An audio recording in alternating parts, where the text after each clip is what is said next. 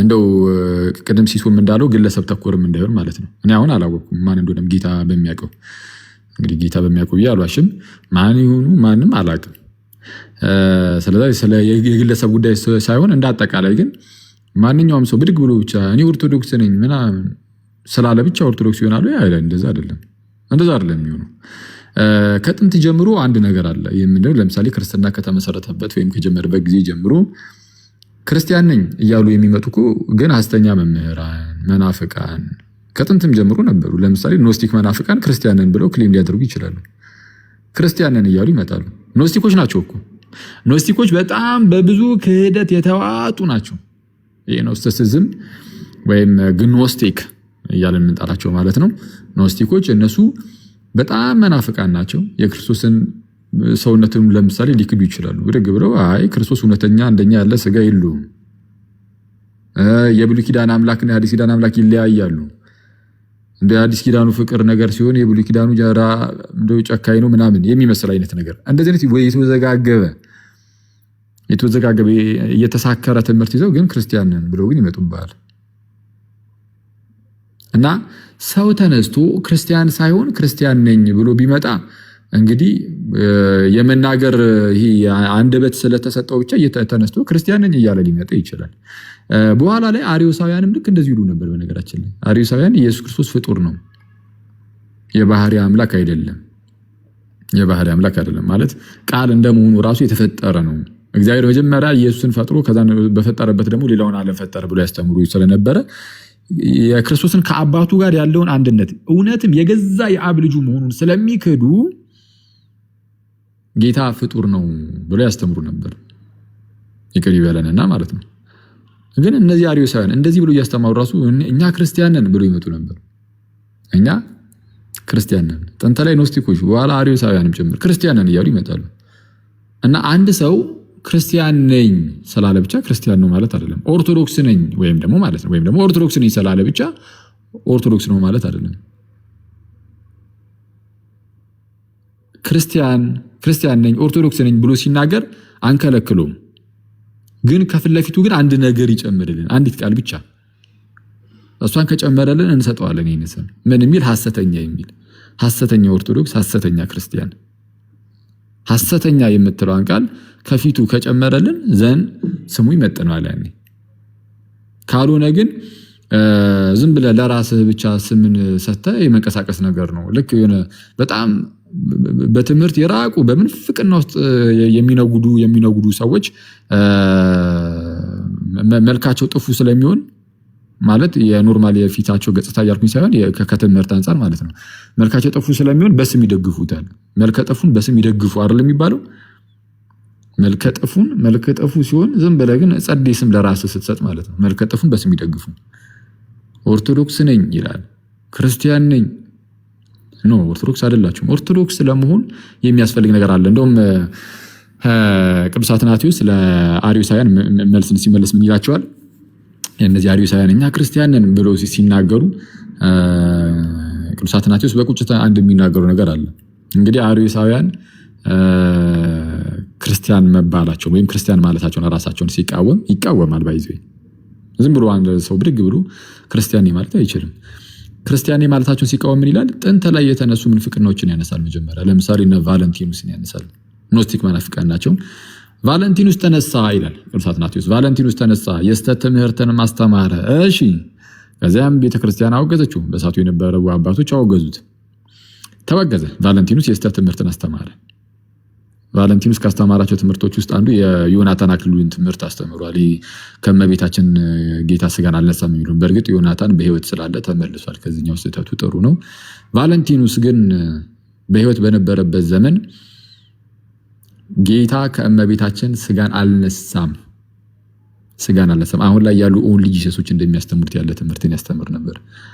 ዮናታን አክሊሉ ከቫለንቲኑስ ነበር የወሰደው። ቫለንቲኑስን እንኳን የሚያቆም አይመስለኝም። ያው ዝም ብሎ በስማ በለው ግን ሲባል የሰማውን ነው የተናገረው። በእርግጥ ግን ጥንት ላይ ቫለንቲኑስ ነበር ይህንን ትምህርት ያስተማረው እና የጌታችንን ፍጹም ሰውነቱን ይክድ ነበር። ፍጹም ሰውነቱን ካደ። ስለዚህም ቤተክርስቲያን አወገዘችው እና ቅዱስ አትናቴዎስ ቫለንቲኑስን ያነሳና ምን ይላል? ቫለንቲኑስ ምንፍቅናን አስተማረ፣ ቤተክርስቲያንም አወገዘችው፣ ለየችው። ስለዚህ ከኤርሳን ተለየ ቫለንቲኑስን ተከትለው የሄዱ ሰዎች ይላል። ተመልከቱ ጋይስ፣ ቅዱስ አትናቴዎስ እንዲህ ይላል፣ ቫለንቲኑስን ተከትለው የሄዱ ሰዎች ኮንትራሪያኑስ ላይ ነው ይሄን ነገር የሚናገረው፣ አጌንስት ዲያሪያንስ ላይ። ቫለንቲኑስን ተከትለው የሄዱ ሰዎች ቫለንቲኒያንስ ተብሎ ተጠሩ። ቫለንቲኑሳውያን ቫለንቲኑስን ተከትለው የሄዱ ሰዎች ቫለንቲኑሳውያን ቫለንቲኒያንስ ተብለው ተጠሩ። ክርስቲያን ተብሎ አልተጠሩም ነው። ቅዱስ አትናቴዎስ አርዮሳውያን ክርስቲያንን ብሎ መናገራቸውን እየተቃወመ ነው ይሄን እያነሳ ያለው። ቫለንቲኑስ ተነሳ፣ ምንፍቅናን አስተማረ፣ ቤተክርስቲያን ለየችው። ከቤተክርስቲያን ስለወጣ ከቤተክርስቲያን ስለተለየ እሱን ተከትለው የሚሄዱ ሰዎች ሁሉ የቫለንቲኑስ ወይም ቫለንቲኑሳውያን ይባላሉ እንጂ ክርስቶሳውያን ተብሎ አይጠሩም። ክርስቲያን ተብሎ አይጠሩም። ክርስቶሳውያን ሳይሆኑ ቫለንቲኑሳውያን። የቫለንቲኑስን ትምህርት ከቫለንቲኑስ በፊት ቤተክርስቲያን አላስተማረችውም። ስለዚህ አስጀማሪው ቫለንቲኑስ ነው። አስጀማሪው ቫለንቲኑስ በሆነበት ሁኔታ ውስጥ ደግሞ ቫለንቲኑስን ተከትሎ የሚወጣ ሁሉ የክርስቶስ ሳይሆን የቫለንቲኑስ ይሆናል ማለት ነው። ያ ሰው የቫለንቲኑስ ነው። በጌታ ምን አለው እንደዚህ ነው በዛ ወጥቶ በዚህ ገብቶ ምን ሊል ይችላል።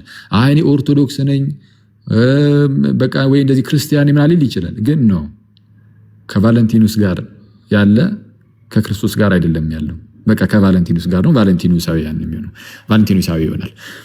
እና ቀጠል አድርጎ ማርሲዮንንም ያነሳል ቅዱስ አትናቴዎስ። ማርሲዮን ተነሳ፣ መርቂያኖስ ማለት ነው። መርቂያኖስ ተነሳ፣ ማርሲዮን ተነሳ፣ ምንፍቅናን አስተማረ፣ ተወገዘ።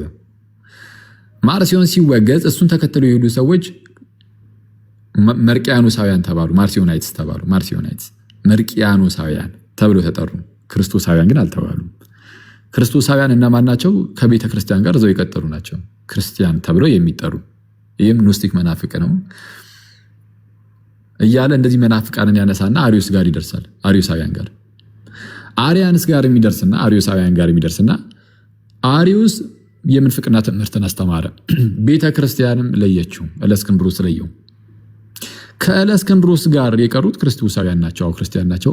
አሪዮስ ግን የክርስቲያንን ትምህርት ከጥንት ጀምሮ የመጣውን በትውፊት የመጣውን እውነተኛውን መጽሐፍ ቅዱሳዊን ትምህርት እምቢ በማለት ተለየ፣ ከቤተ ክርስቲያን ተወገዘ።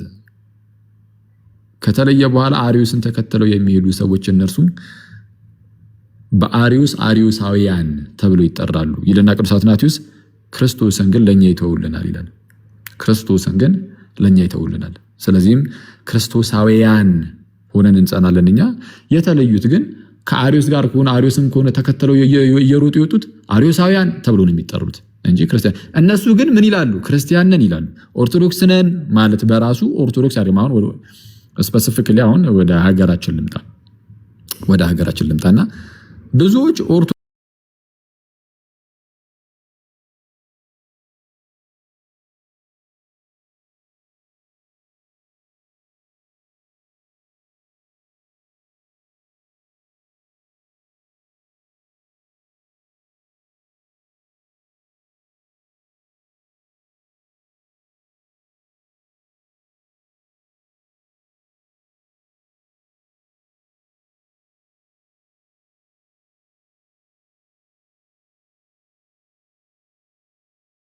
ሰው ነው።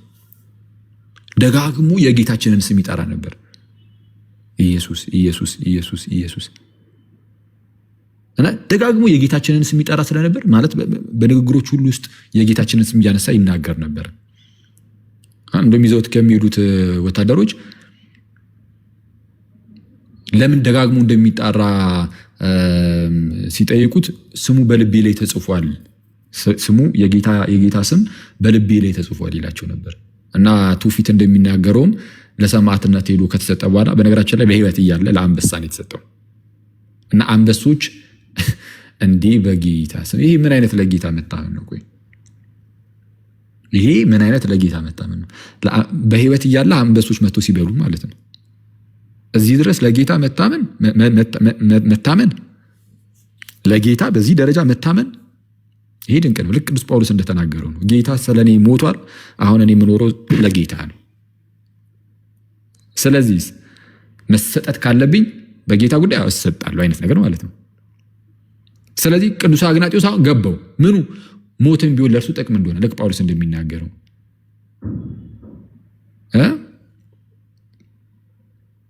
ለእኔ ሕይወት ክርስቶስ ሞትን ቢሆን ጥቅም ነው ብሎ እንደተናገረው ጳውሎስ ለእኔ ሕይወት ክርስቶስ ሞትን ቢሆን ጥቅም ነው፣ ሞት ጥቅም ነው የሚለውን ተዋህዶታል። ኦልሬዲ እንደኛ የማወቅ ጉዳይ አይደለም፣ የምርም ውስጡን ተዋህዶታል። ስለዛ ገባበት ቅዱስ አግናጢዮስ።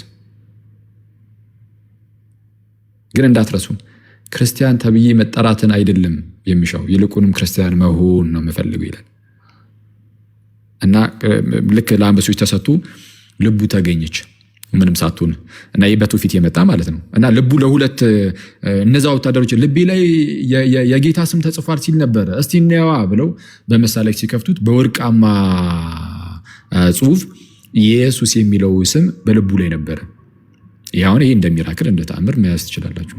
ያው ይሄ በትውፊት ያለ ከትውፊት አንፃር ማለት ነው እንዲህ ያለ ነገር ነበር እና የጌታን ስም በልቡ ይዞ የሚብረር ይሄ በትውፊት ነገራችን ላይ ያ ሕፃን ልጅ ማለት ነው ጌታ አንስቶ የተሸከመው ሕፃን እንደዚህ ሕፃን ካልሆናችሁ በስተቀር ብሎ የተናገረለት እርሱ ሕፃን አድጎ እንደሆነ ነው የሚታወቀው በትውፊት ማለት ነው። እና ቅዱስ አግናጢዮስ እንዳትረሱ ምን አለ? ክርስቲያን ተብዬ መጠራትን ብቻ የምፈልግ አይደለም ይልቁንም ክርስቲያን መሆን የምፈልግ ነኝ። ስለዚህ አሁን እኛ እንደ ክርስቲያን ማለት ነው በነገራችን ላይ የእና አባት ማሰብ ምናምን የምትፈልጉ ከሆነ በ24 ነው ቀኑ በ24 ነው። ኢትዮጵያ ውስጥ አንድ ቤተክርስቲያን ነው መሰለኛል ነው ቅዱስ አግናጢዮስ አንድ ቤተክርስቲያን ነው መሰለኛል ካልተሳሳትኩኝ። እና በጣም ታላቅ አባት ነው፣ በሁሉም ዘንድ የተከበረ ነው እንዳልኳችሁ ኢቭን በፕሮቴስታንቱም ዘንድ ማለት ነው። ግን ቅድም እንዳልኳችሁ ትሬንች ሆርንም እንዳለው በተመሳሳይ ሰዓት በጣም ከሚፈሩት ማለት በፕሮቴስታንት ዘንድ የሚፈራ አይነት ግን አባቱም ደግሞ እንደሆነ ልብ ልንለው ይገባል ትላለህ። ይሄ ነው ያም ሆነ ይሄ ግን እሱ ነው አሁን እዛ ውስጥ አልገባና እኛ እንደ ክርስቲያን ስንኖር በአስተምህሮ ክርስቲያኖች ነን፣ ግን በህይወት ደግሞ ክርስቲያን መሆን ደግሞ ይጠበቅብናል። ዝም ብሎ ክርስቲያን ናችሁ ተብለን መኖር ብቻ የምንሻ አይደለንም። የሳው ክርስቲያን ነን፣ ግን ክርስትናችን በህይወትም ደግሞ መሆን አለበት። በአስተምህሮ ብቻ መሆን የለበትም። በአስተምህሮ ክርስቲያን ነን፣ ጥርጥር የሌለው የክርስቶስ ነን። በህይወታችንም ደግሞ ልክ እንደ አግናጢዮስ የክርስቶስ መሆን አለብን። ክርስቲያን ተብሎ መጠራትን ብቻ የምንፈልግ ሳንሆን ይልቁንም ክርስቲያን ሆኖ መኖርን የምንፈልግ መሆን አለብን። ስለዚህ አንዳንድ ሰዎች እንዳልኳችሁ ኦርቶዶክስ ነን ስላሉ ብቻ ኦርቶዶክስ ናቸው ማለት አይደለም። አንዳንድ ሰዎች ቅድም እንዳልኳችሁ አንዳንዱ ቀሚሳቸውን ለብሰው ይሄ የመምህራንን ቀሚስ ከዛ በኋላ ግርንግድ መስቀል ያጠልቃሉ፣ ይመጣሉ፣ በስመ አብ ወወልድ ምናምን ብለው ነው የሚጀምሩት። ራሱ አሁን ይሄ እንደዚህ አይነት ነገር የተለመደው የት ነው? አሁን የኦርቶዶክስ ቤተክርስቲያን ውስጥ አይደለ? በቃ እያንዳንዱ እንደዚህ አይነት ነገር በቅዱስ መስቀል ምልክት በማማተብ ምናምን ነገር አድርገው የምን መስቀል ይዞ ማለት ነው በመጀመር ይናገራሉ፣ ያወራሉ። አሁን ፊት ለፊት ላይ ይህንን ስታዩት ኦርቶዶክስ ይመስላሉ አይመስሉም? ይመስላሉ። ከዛ ምንድናችሁ ሲባሉ ኦርቶዶክስ ነኝ እኔማ ይሉሃል። ስለዚህ ኦርቶዶክስ ነን በማለት ቅድም እንዳልኳችሁ ኦርቶዶክስ መምሰል ይቻላል። ቀሚሱንም መስቀሉንም ምኑንም ጨበጥ አድርጎ ያዝ አድርጎ ኦርቶዶክስ መምሰል ይቻላል፣ መሆን ግን አይቻልም ያልኳችሁ። ስለዚህ ቅድም እንዳልኳችሁ ነው። ምሳሌ ነው ከመጽሐፍ ቅዱስ ምሳሌ አንፃር ስንነሳላችሁ ማለት ጌታ የበግ ለምድ የለበሱ ተኩላዎች ብሎ እንደተናገሩ የበግ ለምድ የለበሰ ተኩላ ማለት የበግ ለምድ ከላይ ያለውን ክፍሉን የበግ ነው የለበሰው። ስለዚህ ፊት ላይ ስታዩት በግ ነው የሚመስለው ማለት ነው። ተኩላ በግ ነኝ ብሎ በግ መምሰል ይችላል። በግ መሆን ግን ይችላል? አይችልም። በግ መሆን አይችልም። በግ መምሰል ይችላል። ምን በማድረግ? በግ ነኝ እያለ የበግ ለምድን በመልበስ። ኦርቶዶክስ ነኝ በማለት ኦርቶዶክስ የምትጠቀምባቸውን የምትለይባቸውን አንዳንድ ነገሮችን በመጠቀም ኦርቶዶክስ ነኝ ብሎ ኦርቶዶክስን መምሰል ይቻላል። ኦርቶዶክስ መሆን ግን አይቻልም ነው። ኦርቶዶክስ ነኝ ብሎ ኦርቶዶክስ መምሰል ይቻላል፣ ኦርቶዶክስ መሆን አይቻልም። ስለዚህ ኦርቶዶክስን አንድን ሰው ኦርቶዶክስ የሚያሰኘው ምንድን ነው ተብሎ ከተጠየቀ አጭሩ መልሳችን ምንድን ነው? አንደኛ አስተምህሮ፣ የኦርቶዶክስን አስተምህሮ። በኦርቶዶክስ ቤተክርስቲያን ውስጥ አስተምህሮ አለ። በአስተምህሮ ደረጃ ሁሉንም አስተምህሮ ትቀበላለህ። በአስተምህሮ ደረጃ ያለው ነው እያልኳችሁ ያለሁት። በኦርቶዶክስ ቤተክርስቲያን ውስጥ የተለያዩ መጽሐፍት አሉ፣ በርካታ መጽሐፍት አሉ። በግለሰቦች የሚጻፉ በተለያየ አጋጣሚ የሚጻፉ የተለያዩ አይነት መጽሐፍት አሉ። እነዛ መጽሐፍት ውስጥ ያለውን ተቀበል እየተባልክ አይደለም ማለት። እሱንማ ሲጀመር አጥንተህ ትጨርሰዋለህ? አጥንተህም አትጨርሰውም። አየህ፣ ለድህነትህ ግን የሚያስፈልግህ ምንድን ነው ከተባለ አስተምህሮን ማወቅ መረዳት፣ እሱ ለድህነትህ ግዴታ ነው እንጂ እንደ በኦርቶዶክስ ያሉትን መጽሐፍት ሁሉ አንብብና እዛ ውስጥ ያለውን ሁሉ ተቀበል አይደለም። በቃ መቀበል ያለብህ የግድ መቀበል ያለብህ አስተምህሮ አለ። እሱን አስተምህሮ የግዴታ ማወቅ አለብህ። ሌሎቹን ግን የግዴታ ማወቅ ያለብህ ነገሮች አይደሉም። አብዛኞቹ የግዴታ አንብበህ ማወቅ አለብህ። ይህን ሁሉ የተፈጸሙ ታሪኮችን የተለያዩ ነው፣ እንደዛ አይደለም። አስተምህሮን ግን ግዴታ ማወቅ አለብህ። ማወቅ ብቻ አይደለም፣ ማመን መቀበል አለብህ። ምንም ሳንለይ አንዳንዶችን አይቺን ነገር እንኳን ቆይ እስቲ እቺን አትቆየኝና እቺን ብቻ ነው የምቀበለው ምናምን ሳንል ሙሉን የኦርቶዶክስን አስተምህሮ እንቀበላለን። አንዱን ኦርቶዶክስ የሚያሰኘው አንደኛ ይሄ ነው አስተምህሮ፣ ሁለተኛ ግን የህይወት ጉዳይ ነው። በቤተ ክርስቲያን ውስጥ መሆን እሱ እንዳለው ነው ማለት ነው። ሁሉም ነገር የቤተክርስቲያን ውስጥ ሆኖ የሚፈጸም ነገር ነው። ከቤተክርስቲያን መውጣት አትችልም።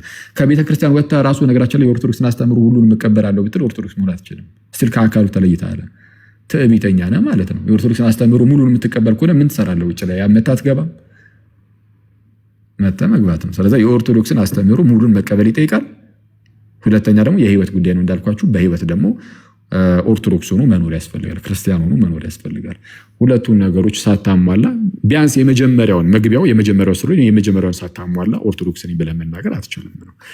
ስለዛ ሲሲ እንደዚህ ብሎ የሚናገሩ ሰዎች ካሉ አሁን ያወራሁት በነገራችን ላይ ስለ ፕሮቴስታንቶች አይደለም።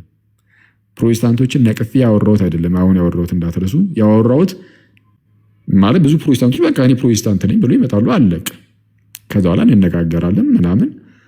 በጣም በርካታ የምንወዳቸው ደገኛ ፕሮቴስታንት ወንድምነቶች አሉን፣ እናወራለን ምናምን፣ ሼር ትደራረጋለን። ስህተት ናቸው ብለን ስለምናምን እኛ ስህተታችሁ እዚህ ነው ብለን ደግሞ እንናገራለን። ያው ብዙ ጊዜ አንስተናል። እንግዲህ ስህተት ነው ብለን ያሰብናቸውን ትምህርቶቻቸውን እያነሳን በጣም በርካታ የድህነት ጉዳይ ላይ እያነሳን ተነጋግረናል። እስከዛሬ ወደፊትም እንነጋገራለን ጌታ በረዳልክ እና ብንችል ደግሞ በመከባበር ማለት ነው። እንዳልኳችሁም በጣም በርካታ ደገኛ ፕሮቴስታንት ወንድም እህቶች ስላሉ በዙሪያችን። ይህ እንዳለ ሆኖ ግን ፕሮቴስታንት ሆነው ወይም ደሶኮል ተሐድሶች ማለት ነው ኦርቶዶክስ ነኝ እያሉ በኦርቶዶክስ ማሊያ ለመጫወት የሚሞክሩ ካሉ ለነሱ ብቻ ነው አሁን እነዚህ ነገሮች ሁሉ የተናገርኩት። እስካሁን ኦርቶዶክስ ነኝ ይሉሃል፣ ፕሮቴስታንት ናቸው ውስጣቸው። እነዚህ ቀደም እንዳልኳችሁ ያው ሐሰት እንደሆነ ህሊናቸውም ስለሚመሰከርላቸው የሐሰት አባቷ ዲያብሎስ ነው ብያቸዋለሁ። ስለዚህ ከጌታ ሳይሆኑ ከዲያብሎስ ሲሆኑ ዘንድ ይገለጡ ዘንድ እንደዚህ እያደረጋቸው ያለው ነገራቸው እንዲህ ይሆኑ ያሉት ከጌታ ሳይሆን ከዲያብሎስ እንደሆኑ ይገለጡ ዘንድ ነው እንደዚህ የሚሆኑት የሚል ነገር እናያስቀምጥ ነው። ይበቃል መሰለኝ። አክሊል ሻ ቴንኪው። እኔም ይህን ጥያቄ እንድትመልስልኝ ነበር። ማንም ሰው ተነስቶ ኦርቶዶክስ ነኝ ብሎ ክሌም ማድረግ ይችላሉ የሚለውን ነገር ነበር የኔ ጥያቄ። በተገቢ ሁኔታ ተመልሷል። እናቱ የምትጨምረው ነገር ካለ ወይ ዮሐዴ ተሙ የምትጨምሩት ነገር ካለ አንተ ራስህ እስከ መቼ ነው ኦርቶዶክስ ነኝ እያልክ የምታጭበረብረው? እኔ ወንድሜ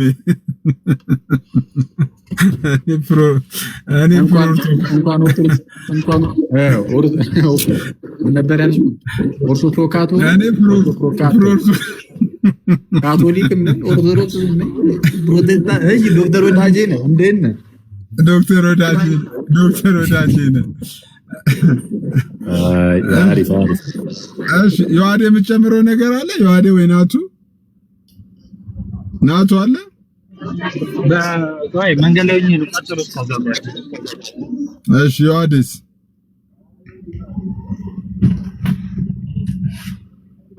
እኔ መልአኬ ቆይ ዮሐዴ እስኪመለስ ማለት ነው። ቆይ ለምሳሌ ኦርቶዶክሳዊ ቲቺንግ እና ኦርቶዶክሳዊ ብሊፍ ልዩነታቸው ምንድነው? እስቲ ኦርቶዶክሳዊ ቲቺንግ እና ለምሳሌ ፕሮቴስታንት ቤትም እኮ ክሌም ያደርጋሉ እኮ ኦርቶዶክሳዊ ቲቺንግ ነው ብሎ ክሌም ያደርጋሉ። ኦርቶዶክሳዊ ቲቺንግ እና ኦርቶዶክሳዊ ብሊፍ ምንድነው ልዩነታቸው ቴዎሎጂካሊ ማለት ነው? ማለት ደግሞ ምንድነው ኦርቶዶክሳዊ አስተምህሮና ኦርቶዶክሳዊ እምነት ነው። አስተምህሮ እምነት ምን ልዩነት አለው? አይ ይላል። ወይስ ጥያቄን አልተረዳሁት ይሆናል? አይደለም ለምሳሌ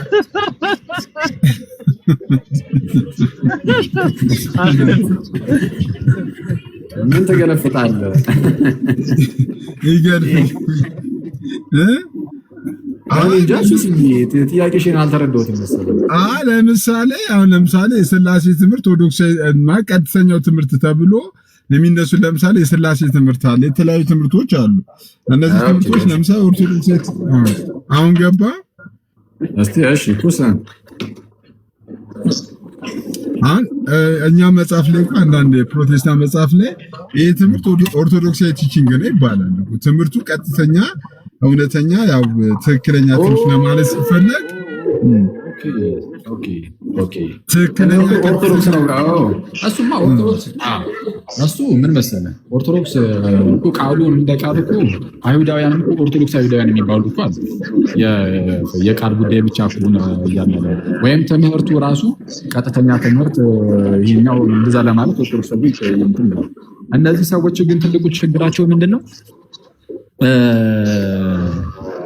ምንድነው የኦርቶዶክስን ማሊያን በለውና በትምህርት ጥቅስ ውስጥ እሱን ተጠቅመው አግት የሆነ ልክ እኛን መስለው የሚኖሩ አይነት ሰዎች ናቸው። ግን ያሉ ማለት ነው። በዛ ነው የምንቃወማቸው። አሁን ተግባባን። እሺ ሌላ ጥያቄ ያለ ሲስ ሚት አድርገው። እሺ እኔ የሚት አደርገዋለሁ። ገስት ላይ ሐሳብ ያላችሁ የምትጨምሩ ሰዎች ካላችሁ ድል ልስጣችሁና ከዛ ወደ ስራችን እንመለስ።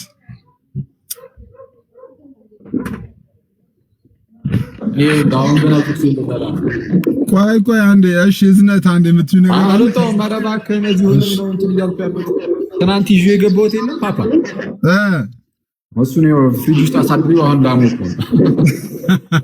መብራት መጣ ቲሶ ወይ የሰፈር ነው እኔ ለእንትና እኮ አመጣለሁ እኮ አስረክበዋለሁ። አታስብ። ቆይ አንዴ ወደ ርዕሱ እንመለስ። ቆይ አንዴ ተማታስብ።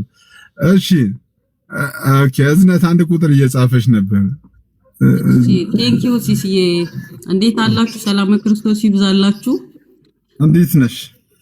አለን ይመስገን። ርዕሱን በተመለከተ ነው የሆነ ቪዲዮ አቅርቤ አኬ ማብራሪያ እንዲሰጥበት ነው። ማለት ኦርቶዶክሳዊ ነኝ ብለህ ሳትሆን ማለት ነው። ኦርቶዶክሳዊ ነኝ ብለህ ሳትሆን ኦርቶዶክሳዊ ማለት ኦርቶዶክስ ተዋህዶ ማለት አይደለም ማለት ይቻላል ወይ? ማለት ኦርቶዶክስ ሳትሆን ኦርቶዶክስ ነኝ ብለህ ክሌም እያደረክ ተሳስተናል እኛ ኦርቶዶክሳውያን እያልክ ነገር ግን ኦርቶዶክስ አይደለም መልሰህ ደግሞ ኦርቶዶክስ ተዋህዶ እኮ አላልኩኝም ስለዚህ የኢትዮጵያ ኦርቶዶክስ አይደለሁም ማለት ይቻላል ወይ? ማስረጃውን አቅርቦ በዛ ላይ አኬ ቢሄድበት ብዬ ስለፈለኩ ነው የገባሁት። የሚመች ከሆነ አኬ እስኪ እድሉን ካገኘው ነው ርዕሱ ወሳኝ ስለሆነ ማለት ነው።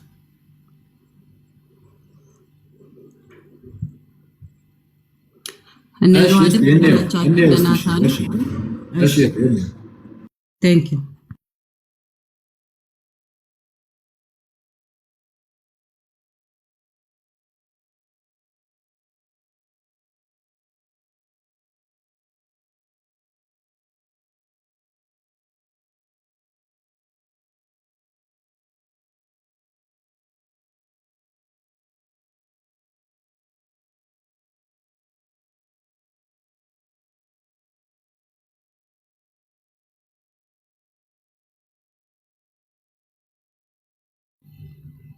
መሰረት ነው እንላለን። መሰረቷ ግን ማርያም ናት። ወንጌልን አንሰብክም። ቅዱሳን የምናከብረው እግዚአብሔር በእነሱ ስለሚከብር ነው እንላለን። ነገር ግን ራሳቸው ናቸው እንጂ የሚከብሩት እግዚአብሔር አይደለም። ሲቀጥል ቅዱሳን ወደ ክርስቶስ ያደርሱናል እንላለን። ከመጀመሪያ አላረግኩም። ከመጀመሪያ አይደለም። ኦርቶዶክሳውያን ችግር ምን ነው ታውቃላችሁ? ኢየሱስን እንሰብካለን እንላለን። ሲጀምር እኛ ኦርቶዶክሳውያን ብለው ነው የሚጀምረው። ክርስቶስ እንደዛ ነው የሚለው። እኛ የኦርቶዶክሳውያን ችግር ምን ነው ታውቃላችሁ? ኢየሱስን እንሰብካለን እንላለን። ነገር ግን ወንጌላችን ማርያም ናት። ክርስቶስ የቤተ ክርስቲያን መሰረት ነው እንላለን። መሰረቷ ግን ማርያም ናት። ወንጌልን አንሰብክም። ቅዱሳን የምናከብረው እግዚአብሔር በእነሱ ስለሚከብር ነው እንላለን። ነገር ግን ራሳቸው ናቸው እንጂ የሚከብሩት እግዚአብሔር አይደለም። ሲቀጥል ቅዱሳን ወደ ክርስቶስ ያደርሱናል እንላለን። ቅዱሳን ግን እኛን ከክርስቶስ እየለዩን ነው። በእነሱ ጸበል ጻድቅ ምክንያት መንግስተ ሰማያትን እንደሚወርሱ እየነገሩን ነው። ክርስቶስ መስቀል ላይ የሞተላችሁ በከንቱ ነው እያሉን ነው። እስከ መቼ ድረስ ነው እኛ ራሳችንን የምንሸውደው? ቆይ እኛ ኦርቶዶክሳውያን እስከ መቼ ነው ራሳችንን የምንሸውደው? እስከ መቼ ነው ዝም ብለን ራሳችንን እየሸወድን ክርስቶስን ነው የምናመልከው፣ ክርስቶስን ነው የምንከተለው፣ በክርስቶስ የመስቀል ስራ ነው የዳነው እያልን ራሳችን ላይ ድራማ የምንሰራው?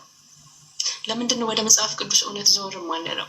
ለምንድን ነው የምናደርገው ነገር ሁሉ ልክ እንዳልሆነ የማናስተውለው? በእውነቱ ከሰዎች ጋር ስንከራከር አፋችንን ሞልተን የምናደርገው ነገር ራሱ ህሊናችን አይወቅሰንም። በእውነት እግዚአብሔር ማስተዋል ይስጠን። እንግዲህ ይሄ ነው። መድገም ካለብኝ አላቅም፣ ግን ኦርቶዶክስ ነሽ ወይ አንቺ ለምንድን ነው ይሄንን ያደረግሽው ተብላ ስትጠየቅ ምንድን ነው ያለችው? እኔ ኦርቶዶክስ አይደለሁም፣ ህብረትም አደርገው ተሐድሶዎች ጋር ነው። እሱንም ተሐድሶ አባል አይደለሁም፣ ግን እነሱ ጋር ነው ህብረትም አደርገው። እኔ ኢትዮጵያ ውስጥ የለሁኝም፣ ግን እኔ ነጠላን የመልበስ መብት አለኝ፣ ጥቁር ክር የማድረግ መብት አለኝ። እኔ ኦርቶዶክስ ነኝ፣ እኛ ኦርቶዶክሶች አልኩኝ እንጂ እኔ ኦርቶዶክስ ተዋህዶ ነኝ አላልኩም ብላ ነው በጣም ክሌም ስታደርግ የነበረው ዛሬ ማለት ነው። እና ይቻላል ወይ ማለት ህፃን ልጅ አይደለንም መቼም። ይሄን እንድትሄዱበት ስለፈለኩ ነው። ቴንክ ዩ። እሺ ምናልባት እንዳልሽው አንቺ ህፃን ልጅ ላትሆኚ ትችያለሽ። ልጅቷ ግን ህፃን ልጅ ናት ይመስለኛል ዝም ብዬ ሳየው። ስለዚህ አሁን እንደነዚህ አይነት ትንንሽ ህፃናት ልጆች አሁን እንደዚህ ትኩረት ሰጥቶ ራሱ እንደዚህ ለቪዲዮአቸው ምናምን ምላሽ መስጠት በጣም አስቸጋሪ ነው። ምክንያቱም ብዙ ጊዜ እነዚህ ሰዎች አላማቸው ያን ትኩረት መሳብ እንጂ የምር የእግዚአብሔር ነገር ግድ የሚሰጣቸውም አይመስሉም። ሲታዩ ቢሰጣቸው ኖሮ እውነቱን ለመናገር እና ይሄ ኦርቶዶክስ ነገር ምናምን ግድ የሚሰጣቸው አይነት ሰዎች ቢሆኑ መጥተው በጠየቁ ነበር። ቀላሉ ነገር እሱ ነው እና በአጭሩ ኦርቶዶክስ ነን አለ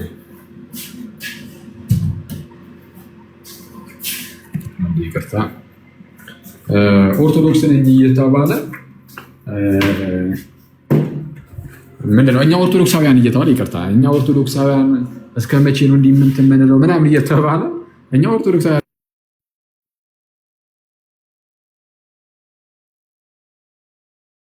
ከኛ ጋር ደመራ እኛ ኦርቶዶክሳውያን ካለች በኋላ ልክ ስትያዝ ደግሞ አይ እኔ ኦርቶዶክስ ተዋህዶ ነኝ አላልኩም ማለት ይሄ ምንድነው? ምናልባት ወይ ደግሞ የአእምሮ ህመምም ሊሆን ይችላል። እንደዚህ አይነት ነገር ወይ ግልጽ የሆነ ሐሰተኛነት፣ ውሸታምነት፣ የዲያብሎስ ልጅነት። በጣም ይቅርታ ይህን ስናገር በጣም ይሄ በስንፍና ውስጥ ስንመላለስ አንዳንዴ የእሱ እንዳንሆን በጣም መፍራትና መጠንቀቅ አለብን። በስንፍና ውስጥ ስንመላለስ ማለት ነው እና ወይ ግልጽ የሆነ ሐሰተኛነት ነው ውሸታምነት ነው ወይ ደግሞ የሆነ የአእምሮ እክል ምናምን ደግሞ ሊኖር ይችላል። ከሁለት አንዱ ሊሆን ይችላል። እንግዲህ አላውቅም። ያም ሆነ ግን አንድ ሰው እኔ ኦርቶዶክስ ነኝ ካለ እኔ በቃ በግልጽ መምጣት እንዲህ በጣም ቀላል እኮ ነው። ጌታን በጣም በቃ እንዲህ ፕሮቴስታንት ከሆነ አንድ ሰው በቃ እኔ ፕሮቴስታንት ነኝ አለቀ። ይኸው እንደዚህ እንደዛ በቃ።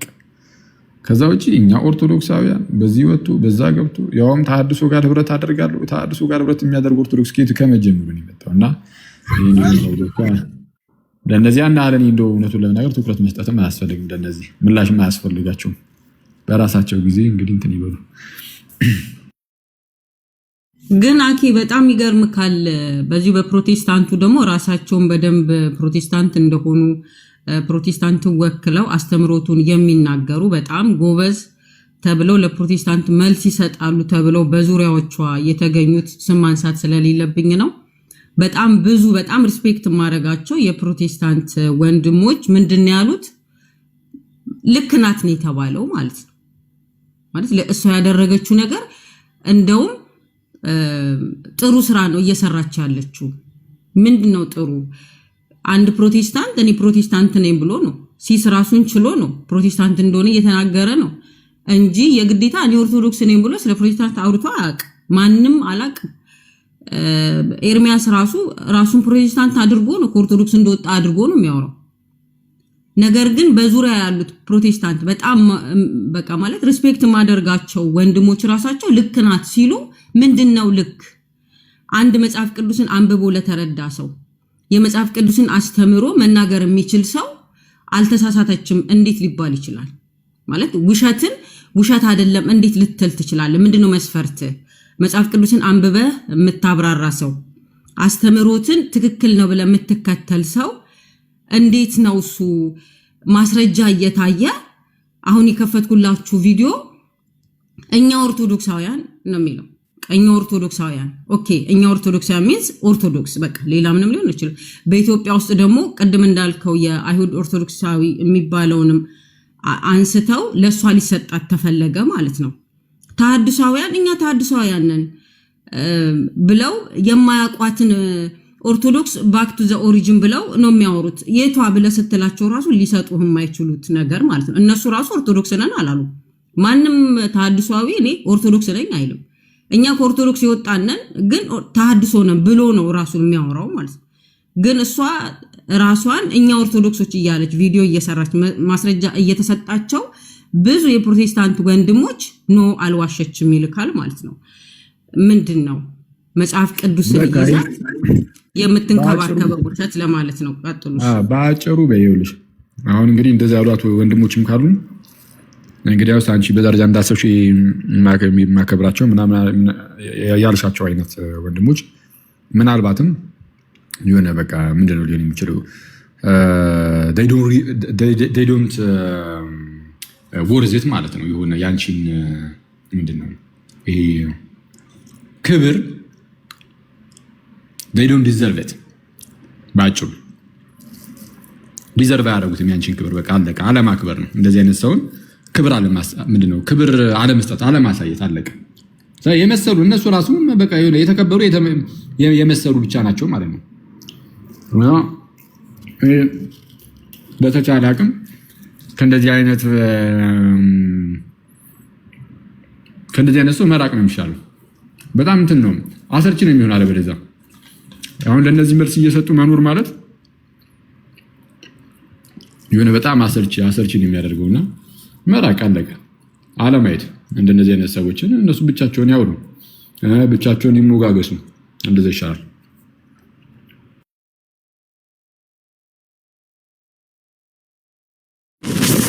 እንዴት ናችሁ?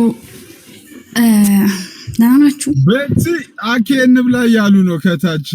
ወይ ምግቡን በልተህ ጨርስ። እኔ እንጀራው ጋግረዋለሁ፣ እሱ ይበላዋል። ማረጋ በቲ እንትን ነው ምንድነው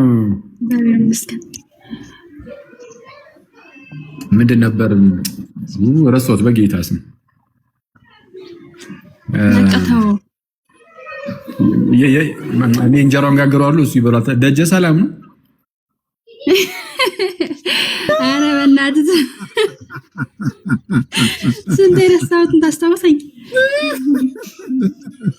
ደጀ ሰላሙ እሺ፣ ደጀ ሰላሙ ጨዌ እሺ። ቀጥ ቤትዬ አይ እኔ ሪል እንጀራ እየጋገርኩ ስለሆነ ነው። ያው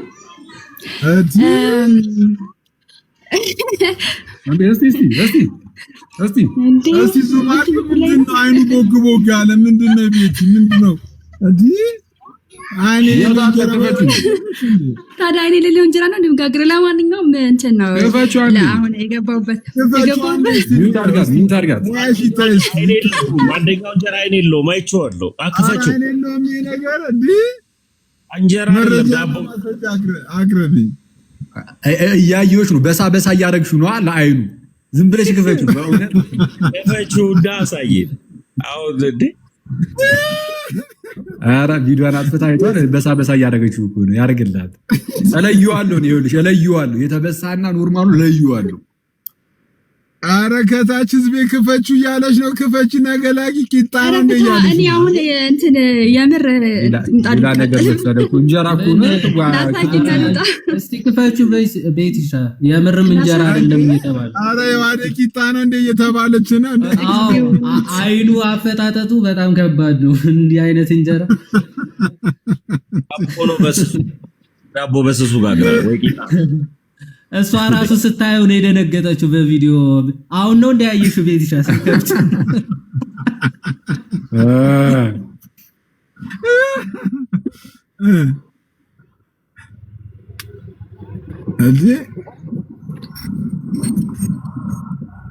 ፈራች አዲስ እንጀራ እየጋገረች ነው። ድንገት ወጣላት። እስቲ ድሏን ልሞክር ነው ይኸውልህ አላልኩም አዲስ እንጀራ እንደ አዲስ ነው ነገርኩህ እኮ አዲስ ነው። የቅድሙ እንጀራ እኮ ከፈት ስታደርገው ጠቀሰኝ ነገር አንዱ አይኑ ብቻ ነው የተከፈተው ሌላው እንዳለ እኮ አይኑ እንዳይታይ እኮ ሊጡን እንድናይ ያደረገችን ሐራም አለሽ እንዴ አረ ይኸውልህ በስተዋለች መሀል ላይ ምንድን ነው ሶስት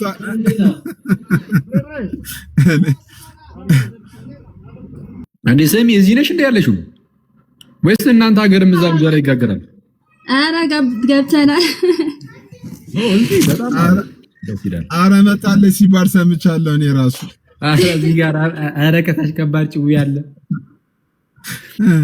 እንጀራውን ቪዲዮን ከፍታ እንጀራውን ታሳያለች። ምን እሺ ፋይዳ አውጥቶ ነው ወይ የፋይዳ ፎቶ ነው የሚመስለው?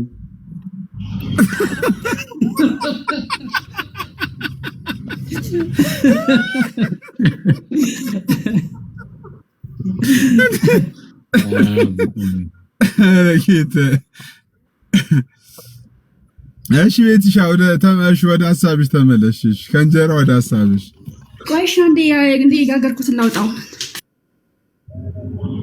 ጭራሽ ተወጪዋለሽ። ወጣም አልወጣም እኮ ለውጥ የለም። ቤትዬ ዝም ብለሽ ወደ ሀሳብ ዞሮ ለፍርፍር ነው።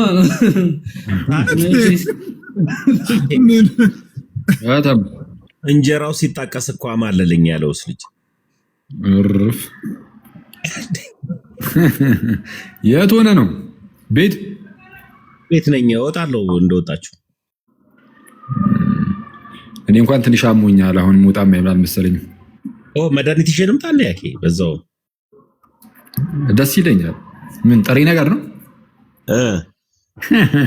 አለችን ተራለች እና እሺ ላውራ። እሺ ጋቲ ቤትሻ አይ ቅድም በልጅቷ ጉዳይ ስለተነሳ በዛ ሀሳብ ላይ ልጅቷ ላይ ሳይሆን እኔ ዋና ትኩረት ያደረኩት እንትን ላይ ነው፣ ኮሜንት የሚያደርጉ ምዕመን ላይ ነውና ይሄ ቪዲዮ ካያችሁት የመጀመሪያ ፒን ያደረገችው ቪዲዮ ነውና እዛ ላይ ኦርቶዶክሳውያኖች ናቸው እንዳለ ማለት ነው። ፕሮቴስታንት የሚባል የለም። በቃ እንረዳለን፣ እግዚአብሔር ይርዳን፣ አሚን የማይሉት የለም። በቃ የድንግል ማርያም ፕሮፋይል እንትን ስዕል አለ። በጣም በቃ እዚህ ጋር ገብቼ ቤታቸውን አይቻለሁ። ግን መልእክቶት አላስተላለፉም አባ አሉ ማለት ነው። ኦልሬዲ እሷ ቆርጣ ነው ያመጣችሁ። ምንድነው ይሄው ቆይ ላሰማችሁ። በመስቀል አምላክ ይሻለሁ። ይህንን ቪዲዮ እንዳታሳልፉ። በመስቀል አምላክ እናንተን ይሻለሁ። በመስቀል አምላክ ይሻለሁ። ይህንን ቪዲዮ እንዳታሳልፉ። በመስቀል አምላክ እናንተን ይሻለሁ። ይሄ ብቻ ነው እና መልእክት የለውም። ይሄ ንግግር የተናገሩበት ምክንያት ምንድነው የሚለውን ነገር አንተ እንትን አላለም። ግን ወደ 1 ሚሊዮን ምናምን ታይቶላታል እና ያ ሁሉ ሼር ያደረጉት ኦኬ፣ እዚህ ጋር ኮፒ ሊንክ አድርጉ ያለችው ኦኬ፣ እናደርጋለን፣ እሺ እናደርጋለን፣ ኦኬ፣ ኦርቶዶክስ መስላቸው ማለት ነውና እግዚአብሔር ልቦና ይስጠን ምናምን የማይሉት ነገር የለም። በቃ የኛ ልጆች ናቸው። በማርያም አንድ ቪዲዮ አለ ላይክ አድርጉልኝ የሚልም አለና በቃ በአጠቃላይ ኦርቶዶክሳውያኖች ናቸው። እኔ የሚያሳስበኝ በነገራችን ላይ የኦርቶዶክስ ልጆች እኔ መቼ ይሆን የምንሰነጥለው አይገባኝም፣ አንዳንዶቻችን ማለት ነውና ጌታ አስቀድሞ ተናግሮናል። እንደነዚህ ያሉ ተኩላ ከሆኑ ከሐሰተኞች ሰዎች እንድንጠበቅ እኛን መስለው እንደሚመጡ እንደሚገቡ በመካከላችን እንደሚገቡ አስቀድሞ ነግሮናል። ኦልሬዲ ቤተክርስቲያናችንም ትነግረናለች። ኦኬ እንደው በወንጌል እንኳን ማለት ወንጌሉን ከፍቶ እንኳን ማያነብ ትውልድ እንኳን ቢኖር ቢያንስ ቤተክርስቲያን ስትል እንኳን እንሰማለን አይደል? ቤተክርስቲያን መልእክቷን ታስተላልፋለች እንደነዚህ ካሉ ሰዎች እንድንጠበቅ ማለት ነውና ምንድነው ምዕመናኑ ላይ ቢሰራ ባይነኝ እኔ ማለት ነው። ምክንያቱም በአንድም በሌላም በኩል እየተጎዳ ያለው ምዕመኑ ነው። ኦኬ እዚች ጋር አለባበሷ ኦርቶዶክስ የሚለብሰው እና እንዴት ለምን ታደርጊያለሽ አምነሽበት ነው ሲባሉ በቃ እሷ ብቻ አይደለችም። በእርግጥ ሜሎስ ካወቃችሁት ከዚህ በፊትም እንደዛ አድርጓል። ማተብህን ለምንድን ነው ያደረከው ሲባል ያንን አይተው ወንጌል እንዲሰሙልኝ ስለምፈልግ ነው እና የወንጌልን አገልግሎት እንድጠቀምበት ነው እንጂ አምኜበት አይደለም የሚል ሀሳብ አስቀምጧል። ኦኬ። እና እንደነዚህ ሰዎች እንደዚህ አይነት የሚያደርጉት ለምንድን ነው ሲባል ሰውን እንዲያስቱ ነው። ኦኬ የሚያደርጉት የኛ ልጆች ላይ ሞር ቢሰራ በምንገባበት ላይ የሆነ ብናስጠነቅቃቸው። ቤቷን ብታየው ገብታችሁ እኔ ኦርቶዶክስ አይደለሁም ትላለች፣ ግን ኦርቶዶክስ ነኝ ብላ ደግሞ ከራሷ ጋር ደግሞ የሚጋጭ ሀሳብ ታስቀምጣለች። ቅድም አንድ ልጅቷ ጋር ገብቼ ነበርና በብሎክ ነው ያሰናበትኝ። በእርግጥ እኔ ብሎክ መደረግ ለኔ ብርቅ አይደለም፣ ግን ምን ለማለት ነው እንደነዚህ ያሉ ሰዎች ጋር ወይ እንትን አንቺ ማን ሐሰተኛ ጋጋሪ እንዳትባይ እንዳያርብሻ አይሻልም? እሱ ማውጪ እያወጣ ሳይራ አጠፋሁት እኮ አጠፋሁት። የኤሌክትሪክ ስለሆነ ይተከ ያ በአጠቃላይ እኛ ልጅቷ ላይ መስራት ሳይሆን እኛ የምንፈልገው የኛ ልጆች ላይ ነው። አክሊል ምናልባት እንደው ትኩረት አድርገህ አንተን ተሰሚነት ስላለክ ትኩረት አድርገህ ምናልባት እነዚህ ልጆች ላይ ቢሰራ ባይነኝና ሌላም ሀሳብ አለኝ፣ ግን እኔ ማንሳት የምፈልገው በቪዲዮ ስለም ኦልሬዲ ቪዲዮ እሰራለሁና በዚህ ላይ ሄድበት አክሊል። እንግዲህ ያው ምዕመኑ ላይማ መሰራት አለበት። ምንም ለጥያቄ የማይቀርብም ነገር ነው፣ ግልጽ ነው። ምንም በጣም ለዛ ነው አሁን ደጋግሞ ትምህርት መሰጠት አለበት የሚባለው ለዛ ነው። አሁን የተወሰኑ ሰዎች እዚሁም በዙሪያችን ምናምን ያሉ ሰዎች አሁን እንደነዚህ አይነት ነገሮች ላይ ምንም አይስቱም፣ እንደዚህ አይነት የጅል ነገርም አያደርጉም። ግልጽ ነው። እነሱ ኦልሬዲ በደንብ እያወቁ ስለሆነ ማለት በደንብ ያውቃሉ። እያወቁ ስለሆነ ሳይሆን ሲጀመርም የሚያውቁ ናቸው። አሁን ኖርማል እንደዚህ አንዳንድ ምስኪን ደግሞ የዋህ ደግሞ ክርስቲያን ወንድሞቻችን ደግሞ ምኑንም ባለማወቅ ሪያክት ያደርጋሉ እንደዚህ ነው ጉዳዮች ላይ። እነዚህ ክርስቲያን ወንድሞቻችን ናቸው፣ ግን የዋህ ነው በቃ ያው ብዙም ትምህርትን ባለማግኘትም ባለመማርም ስንፍናም ጭምር ነው። በእርግጥ ይሄ በሚያሳዝን ሁኔታ እንደዚህ አይነት ሁኔታ ውስጥ ይገባሉ።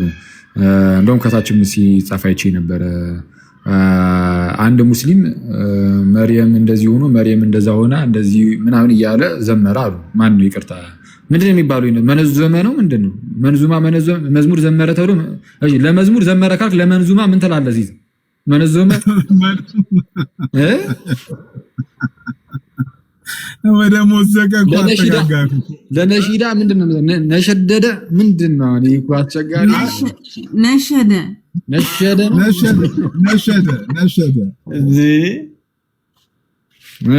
መለከ እና የእነሱን ሰምተው እንደዚህ እንደው ወላዲተ አምላክ በጣም እንደው እንደዚህ በምንድነው በሙስሊሞች አፍ ተመሰገነችልን ምናምን ነገር ተብሎ ይቅርታ ሙስሊሞችን እንትን እያሉ ነው አሉ ክርስቲያኖቹ ማለት ነው። በቃ የሆነ እንደ አፕሪሺዬሽን ነገር ምናምን እኛ አያስፈልገንም። እውነቱን ለመናገር ማለት ነው ጋይስ፣ እውነቱን ለመናገር እኔ አንድ ሙስሊም መጥቶ ለምን ስለ የማርያምን ስም እየጠራ ሲነሽድ ውሎ ሲነሽድ ለምን አያድርም? እንደው መርየም ድንግልናት እያለ ለምን እንደው እድሜ ልኩን እንደዛ እያለ ቢኖር ለኔ ምንም ስሜት ሊሰጠኝ አይችልም። የጌታ እናት መሆኗን ከካደ ምን ዋጋ ነው? ወላዲት አምላክ መሆኗን የጌታ እናት መሆኗን ከካደ ምን ዋጋ ነው? ያም ማለት እንዴ ልጇን ወዳጇን ጌታን እርሱም ኢየሱስ ክርስቶስን ጌታ አይደለም ብሎ ከካደ ምንድነው? እመቤታችን ድንግል አላላት ምንድነው? ምን ጥቅም አለው? ይሄ ምንም ጥቅም እኮ የለውም። ምንም ማለት ነው። የኢየሱስን ጌትነት ከካደ አምላክነቱን ከካደ እንዲህ ሥላሴ ጣዖት ነው ብሎ ከመጣ ጌታ ይቅር ይበለንና አምላካችንን እግዚአብሔርን ጣዖት አስመስሎ ከመጣ እንዲህ ያለው ነውረኛ መናፍቅ ምን አለ የፈለገውን ስለመቤታችን ቢናገር እኔ ምንም ቦታ ልንሰጠው አይገባም። ይሄ ማለት ግን ልንጠላቸው ይገባል ማለት አይደለም። ምንድነው በጣም በተረጋጋ መንፈስ ሆኖ ሙስሊሞችን ማውራት ምናምን ያለውን የክርስትናን እውነት ማሳየት የኢየሱስን ጌትነት መመስከር አያቸዋል። ለሙስሊሞች ሲሆን ምንድነው ሙስሊሞች ጋር ሄዳችሁ የምትሰብኩት ስብከት ምንድነው የሚሆነው? ሙስሊሞች ጋር ስትሄዱ የሚሰበከው ስብከት ወይ ስለ እመቤታችን አይደለም፣ ወይ ስለ መልካም ስራ ምናምን አይደለም፣ ስለ ቅዱሳን አይደለም። እንደዚህ አይነት ጉዳዮች አይደሉም። ሙስሊሞች ጋር ልክ ሲኬድ የሚሰበከው ጌታችን ኢየሱስ ብቻ ነው። አክቹሊ በሌላም ስፍራ ጌታ ነው የሚሰበከው። ግን ልክ ሰው ስለ ክርስቶስ የተወሰነ ማወቅ ሲጀምርና ሲያውቅ ቀጣይ ደግሞ የሚነሱ ደግሞ ሀሳቦች ይኖራሉ። እነሱ ቀጣዮቹ ደግሞ ይነገሩታል። ለሙስሊሞች ግን ሄደ ገና ከጀምሩ ስለ ክርስቶስ ይነገራል። ግን በምን? በቅንነት፣ በምን? በፍቅር አይደል? በቅንነት በፍቅር ነፍሳቸውን ስለማዳን እያሰብን ነፍሳቸውን ስለማዳን እያሰብን። ምክንያቱም እግዚአብሔር አብ በጣም ነው የሚወዳቸው ሙስሊሞችን። ታውቃላችሁ ጋይስ፣ ሙስሊሞችን በጣም ይወዳቸዋል። እና በጣም ስለሚወዳቸው ደግሞ ብቸኛውን ልጁን ኢየሱስን ልኮላቸዋል፣ ለእነርሱም ጭምር። ስለዚህ እግዚአብሔር ምንም እንኳን ለእነርሱ ጠላቶቹ ቢሆኑ ለእግዚአብሔር ጠላቶቹ ናቸው። ኦፍኮርስ ግን ጠላቶቹ ቢሆኑም እነሱ ብቻ አይደሉም። የዓለም ሕዝብ ሁሉ ለእግዚአብሔር ጠላት ነበረ።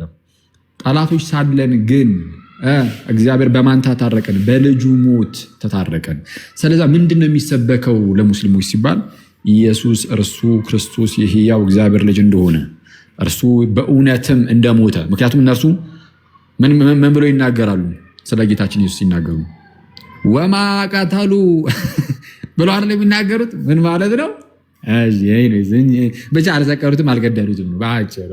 ደግሞ አሁን እንደዚህ እየተጫወትን ስናወራ ኦፌንሲቭ እንዳይሆን ደግሞ አስቸጋሪ እኮ ነው አሁን ነገሩ። እሺ አልሰቀሉትም አልገደሉትም ምናምን ስለሚሉ እነርሱ ማለት ነው። በጣም እኮ ነው የሚያሳዝነው ጋይስ። የኢየሱስን ጌትነት ብቻ እኮ አይደለም የሚካዱት። እኔ የኢየሱስን ጌትነት ዓለማውያን ምናምን ኖርማል እንደዚህ አህዛቡ ይሄ አምላክ የለም የሚሉት ኤቲስቶቹ ምናምንም እኮ ኢየሱስ ጌታ አይደለም እኮ ሊሉ ይችላሉ። ቢያንስ እነሱ ግን መሰቀሉን አይክዱም። ኤቲስት እንኳን የጌታን መሰቀል አይክድም።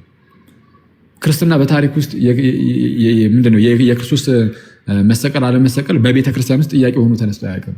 ምናልባት መናፍቃን ካላነሱት በስተቀር እነ ባሲሊደስ። እነሱም ደግሞ ኢየሱስ እውነተኛ ሰው አይደለም ስላሉ ነው። ጥንት ላይ ኖስቲክ መናፍቃን ኢየሱስ እውነተኛ ሰው አይደለም፣ ልክ እንደኛ አይነት ሰው ኧረ በፍጹም አይደለም፣ እንደኛ አይነት ስጋን አልነሳም ብለው ያስተምሩ ስለነበረ ስለዚህም ሊታመም ሊራብ ሊጠማ ሊሰቀል ምናምን ሊሞት አይችልም ብሎ አስተምሩ። ስለዚህ አልተሰቀለም አልሞተም፣ አልሰቀሉትም አልገደሉትም አሉ። እነማን?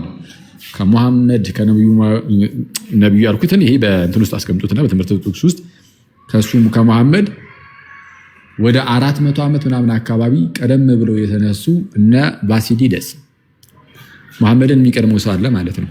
አልሰቀሉትም አልገደሉትም ግን ተመሰለባቸው የሚለው ንግግርን ለመጀመሪያ ጊዜ መሐመድ አይደለም ይዞ የመጣው። መሐመድ ከሌላ ሰው ነው የሚወስደው። ከነማን? ከነ ባሲሊደስ። አልሰቀሉትም አልገደሉትም ግን ተመሰለባቸው ይሉ ነበር እነሱ። ተመሰለባቸው። በምን ተመሰለባቸው? ጌታችን ልክ መስቀልን ተሸክሞ ሲወጣ የቀሪናው ስምዖን ተቀብሎት አልነበረ? እንዲዛ አድርጎት አልነበር? እና የቀሪናው ስምዖን መስቀሉን ተሸከመ። የተሸከመው ከዛ በኋላም ደግሞ ሄዶም ደግሞ የተሰቀለው ራሱ ነው። ለምን?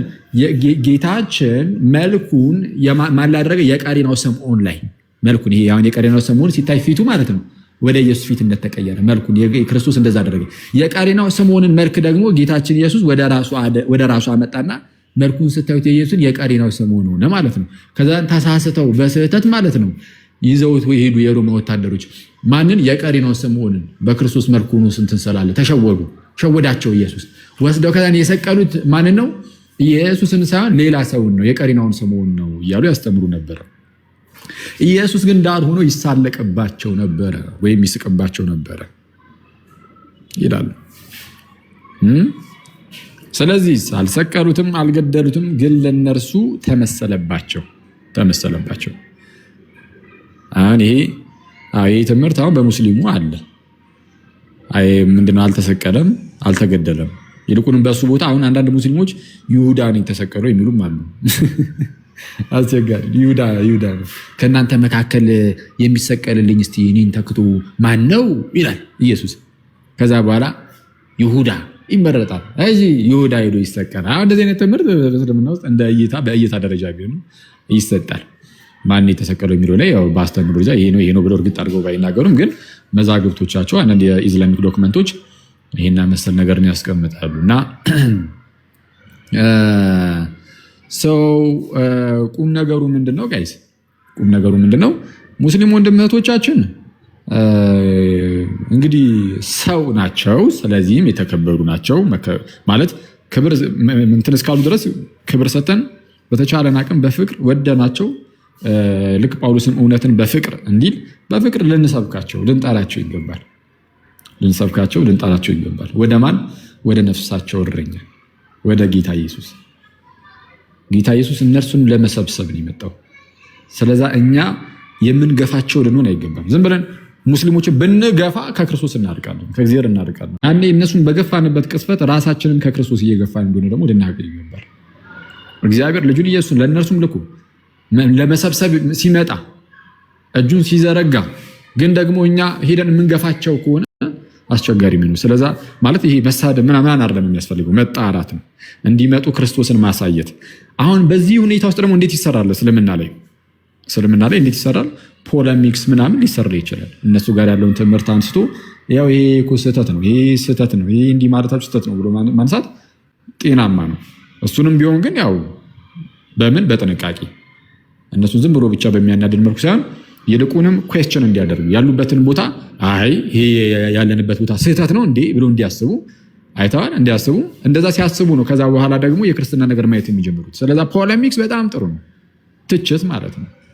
በእናንተ አሁን ይሄ ብዙ ወንድሞች ሐዲሳቱ ላይ እንደዚህ ይላል፣ ቁርአኑ ላይ እንደዚህ ይላል ምናምን እየተባለ የሚወጡ ነገሮች አሉ አይደለ? ለምሳሌ የሙሐመድን ካራክተር ሊሆን ይችላል የአኗኗሩን ጸባዩን ምኑን እያነሱ ግን እሱን ሲነሳ ግን በምን መልኩ ማድረግ ዋይዝ መሆን ካለብን በጣም ጥበበኛ ሰው ምን ያደርጋል? ቀስ አድርጎ ጥያቄ ብቻ ውስጣቸው እንዲፈጠር አድርጎ ብቻ መናገር ለሙስሊም ወንድሞች እንዲመረምሩም ጭምር ማለት ነው። ከዛ በኋላ ልክ ራሳቸው ያሉበት ቦታ ጥያቄ ምልክት ውስጥ መግባት ሲጀምር በልባቸው ላይ ማለት ነው ምን ማድረግ ይጀምራሉ? ክርስትና እስቲ ምንድን ነው ብሎ በቅንነት ማየት ይጀምራሉ። አሁን ካዩን የሚያዩት ለመሳደብ ያህል ብቻ ነው። እኛም እየተሳደብን ከሆነ እነሱም ለመሳደብ ብቻ ነው ክርስትና የሚያዩት። ያኔ ግን በጥበብ ስናደርገው ነገሩን እነሱ ምን ማድረግ ይጀምራሉ? ቀስ ብለው እስቲ የእነሱስ ምንድን ነው ብሎ መጠየቅ ይጀምራሉ። ኦኬ። ስለዛ በፍቅር ሰዎችን ነፍሳትን ምናምን ለማዳን ምናምን ነገር መሞከር ማለት ነው። ያው ግን ያው ቀላል አይደለም። አክቹአሊ ከእስልምና ላይ እንደዚህ መስራት ምናምን ነገር አሁን እንደዚህ እንትን ማለት ምናምን ቀላል ሊሆን ይችላል። ስቲል ግን ያው እየጸለዩ ምናምን እግዚአብሔር ጥበብን እንዲሰጥ እየተማጸኑ ኢስላሚክ ዳይሌማዎችን የተለያዩ የሙሐመድን ካራክተሩን ሊሆን ይችላል ምናምን የሚያሳዩትን ቀስ እያሉ ማሳየት፣ በፍቅር ማሳየት። ይሄ እኮ እዚህ ጋር እንደዚህ ይላል እንዴት ታዩታላችሁ? ይሄው እዚህ ጋር እንዲህ ያሉ ምናምን ያሉ ጥሩ ነው። አሁን በጣም በርካታ ወንድሞቻችን ይሰራሉ አይደል? እንደዛ ማለት ነው። እና ከዛ አንፃር ማሰንት ማለት ነው። ያ በሉ ቻው ቻው ቻው። ወደ ስራ ልመለስ።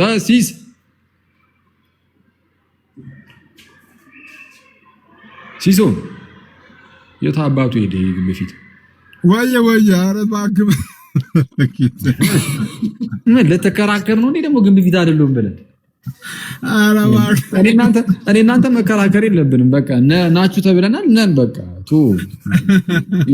እኔ ትንሽ ለየት የሚለው ራሰ በረሃም ሆነ የኔ ግንብነቱ እንዳሉ ነው። ራሰ በረሃም ሆነ ትንሽ እሱ ነው ከበድ ያለው። እኔ ምልክ ግድ የለም ዛሬ ውጣና እንትን እናድርግ። በእውነት አክሊሻ ወይ አሙኝ ተኝቼ እኮ ነው። ተሽሏል። አኬ ውጣ በእናትህ የምርተኛ እኮ እንደዋል እንውጣና እንደዋል በውስጥ እናወራበት። እሺ ሲሶ ይማርልን አክዬ። አንዴ አኬ ጄሪ ጥያቄ አለሽ እንዴ? ጄሪ ጥያቄ አለኝ ብለን ጄሪ ጥያቄ አለሽ?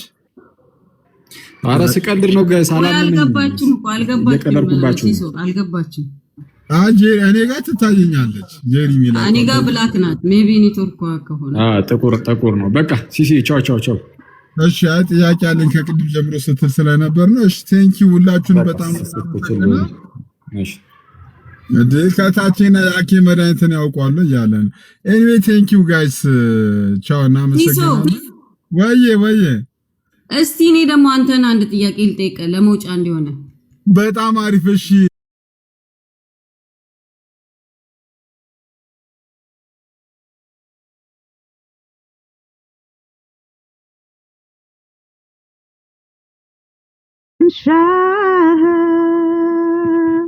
መጠሪያሌለው ማስገቢያ ላንገቱ ስንቱ ተማምኖበት ተረፈለ ስንቱ ሸለቆው ጠገበ በጥል ረስርሶ ቀን እስኪወጣለት አንተን ተንተርሶ ፈራ ፍርሃቴ ቃልን ስትናገር ሸሸ ጨለማዬ ነጋ በኔ መንደር ጥንካሬ ያገኘው ፊትህን በማየት ደመቀ ሕይወቴ ካንተ በመቆየት ነው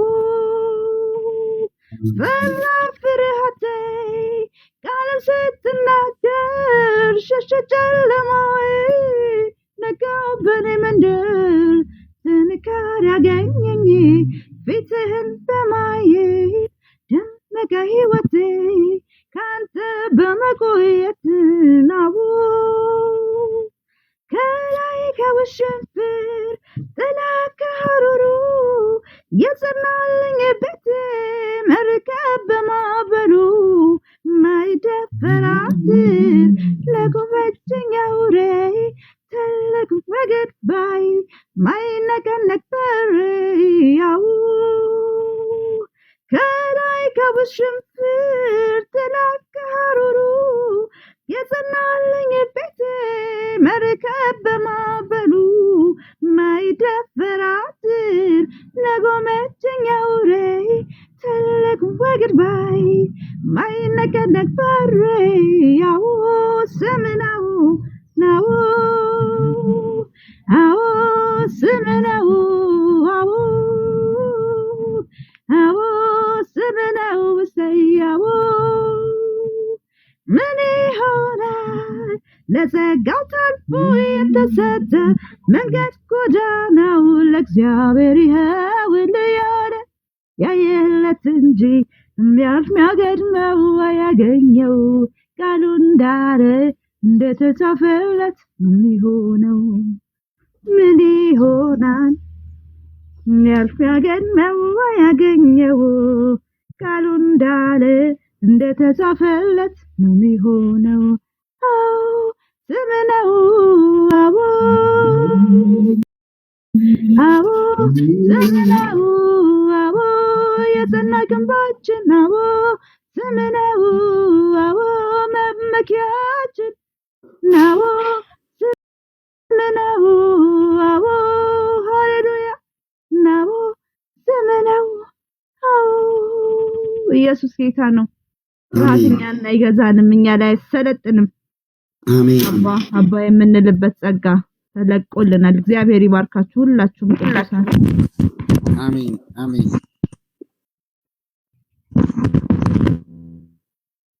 ጌታ ኢየሱስ ይባርክሽ፣ ተባረኪልን እህታችን። በእውነት እግዚአብሔርን በዝማሬ ላወደሽው እኛም መንፈሳችን ካንቺ ጋር ነበረ። ጌታ ዘመንሽን ይባርክ፣ ተባረኪልን። ምናልባት ቀን ሳለን መጥቷል። ጥያቄም አንድ ሁለት ካላችሁ ልቀበልና ከዛ ወጣለሁ። ቀን ሳለ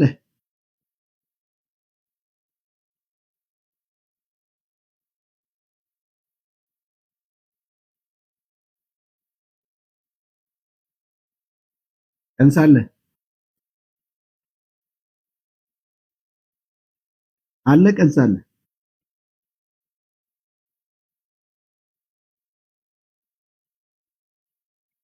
ወንድማችን ቀን ሳለ እየተሰማ አይደለም መሰለኝ። ድምጽ ይሰማል? እኔ አሰማለ ጆኒ። እሺ እየሰማን አይደለም። ባት ስራ ላይ ሆናል ጆኒ። ስራ ላይ ሆኖ ሊሆን ይችላል። አንድ ሁለት ጥያቄ ምናልባት ሳልጠይቅ እንትን እንዳልሉ ካለ እቀበላቸዋለሁ። ከዛ እንወጣለን።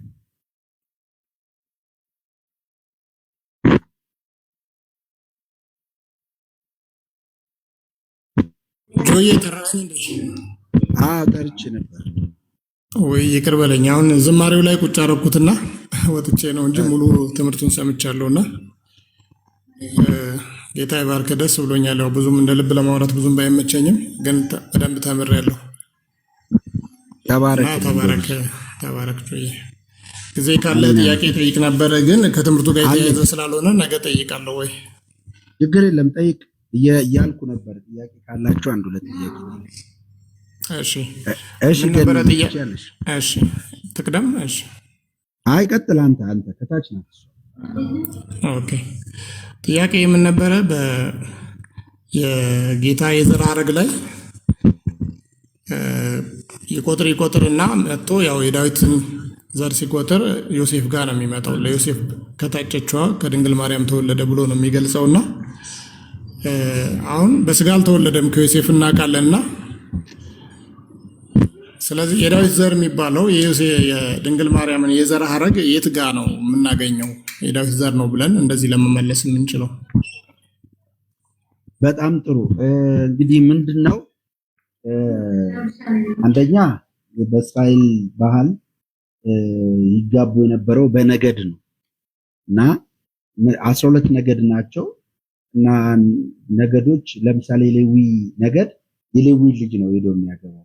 አይታችሁ ከሆነ የሙሴ አባት ያገባት የሙሴ እናት ሌዋዊት ናት። እሱም ሌዋዊ ነው። የሙሴም አባት ሌዋዊ ነው። ሄዶ እከሌን ከሌዊ የሆነችውን እከሌን አገባት። ከይሁዳ ነገድ የሆኑትም ልክ እንደዚህ ከይሁዳ ነገድ የሆኑትን እህቶች ነው የሚያገቡት። እያንዳንዱ ነገር እንደዚህ ይጋባ ነበር። አንዳንድ ጊዜ አልፎ አሕዛብ ጋርም የመጋባትና እንደዚህ እነሱ እርስ በርስ መጋባት ቢኖርም እስራኤላዊ ቢሆንም እንደዚህ አይነት ነገር ነበር። በተለይ ደግሞ ይሁዳና እስራኤል ለሁለት ከተከፈለ በኋላ ደግሞ ጨርሶ ሆኖ ይሁዳ የሚያገባው ከይሁዳ ነው። የቤተ መቅደሱ ስርዓት እንትን ስላላለ ደግሞ ሌዊም አለ። ሌዊም ከሌዊ ነው። ስለዚህ ኤልሳቤጥ ለማርያም ዘመዷ ነች ሲባል ብዙ ሰው ምን ይላል? ማርያም ሌዋዊት ናት ብሎ ያስባል።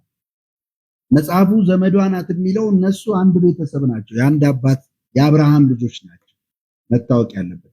በንግስና ስንመጣ ደግሞ የንግስናውን ራስ የሚይዘው ከይሁዳ ነገድ የሆነው ማነው? እሱ ዳዊት ነው። በራስነት የሚጠራው ማለት ነው። ለምሳሌ መጽሐፋችሁ ስታነቡ ስፔሲፊክ አድርጎ የሚፈልገው ቃየልንና ማንን ነው? አቤልን ነው አይደል? አቤልና ቃየልን፣ አቤል ወለደ ከዛ ቃየልን ወለደች ምናምን ይልና እዛ ጋር ስለሚቆም፣ ስለዚህ ሌላ ሴቶች ልጆች ምናምን እንዳላችሁ ስለማያውቅ አንዳንድ ሰው ምን ይላል? ከነሱ በፊት ህዝብ ነበረ። ቃየል ኬት አገባ ታዲያ ባይኖር የአቤል ኬት አገባ ይላሉ። ግን እንደዛ አይደለም። ፐርፐሱ የተፈለገው መጽሐፍ ቅዱስ ላይ እንደዛ ነው። ሰሌክት አድርጎ ነው ዘር ሐረግ የሚያስቀምጠው። ልክ እንደዚሁ እዚህ ጋርም ስትመጣ ዘር ሐረጉን ሲያስቀምጥ አይተህ ከሆነ ሰሌክት አድርጎ ነው። ለምሳሌ ዳዊት ብቻ አይደለም፣ የሴይ ልጆች ብዙ ናቸው፣ ግን ዳዊትን ነው ሰሌክት የሚያደርገው። ዳዊትን ያደርጋል፣ ፋሬስን ያደርጋል፣ እንደዚህ አስሮምን፣ አራምን፣ አሚናዳብን፣ ናኦስን፣ ሰለሞንን እንደዚህ ሰሌክት ያደርግና ይመጣና ዮሴፍ ጋር ይደርሳል። ስለዚህ ዮሴፍ ማንን ነው እጮኛ ያደረገው? ዮሴፍ የጌታ የኢየሱስ ክርስቶስን እናት ማርያምን ነው ለሚስትነት ያጨው። ስለዚህ ሚስቱም ተበላለች፣ ወደ ቤቱም ወስዷታል። እና ማርያም ከየት ነገድ ናት ሲባል ከይሁዳ ነገድ ናት። ስለዚህ መጠራት ያለበት ኢየሱስ በእናት ወይስ በአባት? ቁጥር ራሱ ሲቆጠር ሴቶች አይቆጠሩም በዛን ጊዜ አይደል? ግን የማርያምን እጮኛ ዮሴፍን ብሎ ነው የሚያመጣው። ስለዚህ የዳዊት ልጅ የአብርሃም ልጅ ስለሚል አሁን ዝርያው እንዴት ይገናኛል ሲባል የአብርሃም ልጅ ብሎ አምጥቶታል። እዛ ሁሉ ነገድ አባት አብርሃም። ከዛ ከነገድ ውስጥ ደግሞ ማርያም አለች። ሲጠራ ደግሞ በዮሴፍ በኩል ይጠራል፣ በወንድ በኩል። ስለዚህ በስጋ የተወለደው ከዳዊት ዘር ነው ሲባል የተወለደው ሲባል ከዮሴፍ ማለት አይደለም፣ ከማርያም ማለት ነው። ማርያምና ዮሴፍን ደግሞ ምንድነው የሚያደርጋቸው? መጽሐፍ አንድ ቤተሰብ ነው የሚያደርጋቸው አይደል? ስለዚህ ከዮሴፍ በወንድ ዘር አይወለድ እንጂ በሴቲቱ ዘር በኩል ከዳዊት ነገድ ነው የወጣው። ከዛ ዘሩ የአብርሃም ልጅ ይለዋል። ስለዚህ በንግስና አሁን የዳዊት ልጅ ተብሏል። ስለዚህ ራስ የሆነው በንግስና በኩል ዳዊት እንደሆነ ሁሉ በንግስና በኩል ለእስራኤልም እንደ ልብ ያለው ለክርስቶስ ሊመጣ ላለው ምሳሌ ስለሆነ ዳዊትን ነው የሚጠራው። በዝርያው ደግሞ ሄድና አብርሃም ጋር ያገናኝ። በዚህ በኩል ነው የሚገናኘው።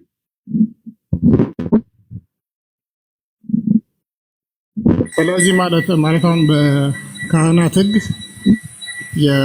ማለት ሲጋባውን ኤልሳቤጥ አክስቷ ስለሆነች ካህናት የሚያገቡት ከካህናት ወገን ብቻ ነው። መጽሐፉን እያጠናው ስለሆነ ነውና፣ አው ከሌዊ ወገን ነው የሚያገቡት። አብዛኛውን ሴቶቹንም ወንዶቹም የሚመራረጡት ከካህናት ወገን ነው። ከሌዊ ወገን ነው። ኦኬ፣ እንደዛ አይነት ነገር አለ። ግን ምንድነው በታሪኩ ስታጠና ደግሞ ከሌላኛውም ነገድ ደግሞ ተጋብቶ ልታገኝ ትችላለህ። ግን አብዛኛው ሞስት ኦፍ የቱ ነበር የሚደረገው የሚለው ስታይ ዘመድ የሚለው ግን ካመጣው ኦፍ ኮርስ ኤልሳቤጥ ለማርያም ዘመዷ ናት ሲባል ዘመድ ናቸው እኮ እነሱ ሁሉም ዘመድ ነው፣ የአንድ አባት ልጆች ናቸው የአብርሃም። ስለዚህ ኢየሱስ ክርስቶስን ከነሱ ዘር ማናወጣው የዳዊት ልጅ እና የአብርሃም ልጅ ብሏል። አየሩ ዘሎ አብርሃም ጋር ነው የሚለው፣ አብርሃም ነው ራስ ዘር ብሎታልና። ስለዚህ የያዘው ይላል የአብርሃምን ዘር ነው ይላል። አይመጣና የማርያምን አይልም የዮሴፍን አይልም ወይም የዳዊትን አይልም። ዕብራውያን ላይ ተቆነ በስጋና በደም ተካፈለ የሚለው የአብርሃምን ዘር ይዟል ይላል። የአብርሃምን ዘር ወስዷል ይላል። እንግሊዘኛው ወስዷል ነው የሚለው፣ 54 ደግሞ ይዟል ነው የሚለው። አዲስ መደበኛ ትርጉም ለመርዳት ይላል። ስለዚህ እንትኑ ግሪኩን ስታየው ወስዷል የሚለው ነው። ስለዚህ የወሰደው በስጋና ደም የሚባለውን ዘር የወሰደው የአብርሃምን ዘር እንደዚህ ነው የሚገናኘው። የተባረከ ማውር አዳብራለሁና ለዛ ነው ያገንበብኩት ስለሆነ ነው። እግዚአብሔር ይባርክ። እና ትምህርቱ ምንም ቃልም ማውጣለት ስላሌለ ለዛ ነው። ምንም እግዚአብሔር ይባርክ። እባክህ በርታልን። እጅግ በልባችን የሚቀር ነውና በርታልን። እንግዲህ አሜን አሜን። ቀንሳለ ተባረክልኝ። ርክበል። እሺ ምዕራፍዬ ቀጥይ።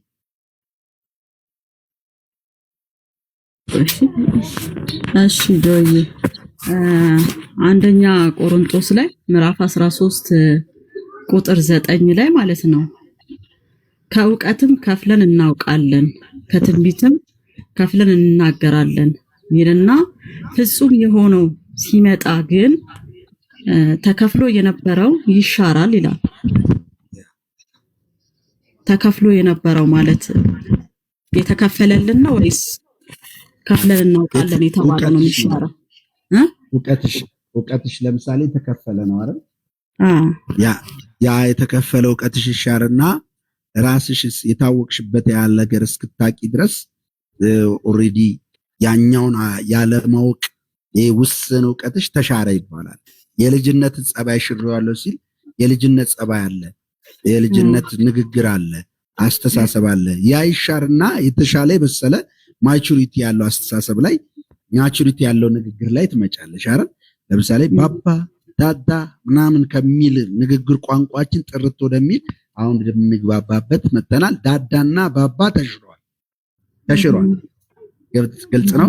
ልክ እንደዚህ አሁን ይቺ ውስን እውቀታችን ትሻራለች። ለምሳሌ ሰማይ አብርሃምን ዛሬ ብትሄጂ ታውቂዋለሽ፣ ማንም አያስተዋውቅሽም፣ ታውቂዋለሽ። አይሽ እውቀትሽ ይሄ አሁን ላይ ምን አይነት ይሆን እንዴት ነው ሰውን ካላስተዋውቅሽ ማታውቂው አይነት ኖሌጅሽ ይሻራል ማለት። ጌታችን ሲመጣ ያኔ ሙሉ እውቀት ይኖረናል። የእግዚአብሔር አይነት እውቀት ሳይሆን እኛ የታወቅነው ነው ያለና ሰዎች ከሰዎች ጋር የሚተዋወቁት በተለይ ባላል ምናምን እየተባባለ ነው። ስለዚህ ከእውቀት አሁን ከፍለን ነው ለኛ እንድናቀው የተፈለገውን እንኳን እንደሚገባው አላወቅም። ያኔ ግን ብዙ ነገር እናውቃለን፣ በጣም ብዙ ማናቃቸው። ስለዚህ ይሄ ያለማወቅና የተከፈለው ውስንነታችን ይሻራል ማለት ነው።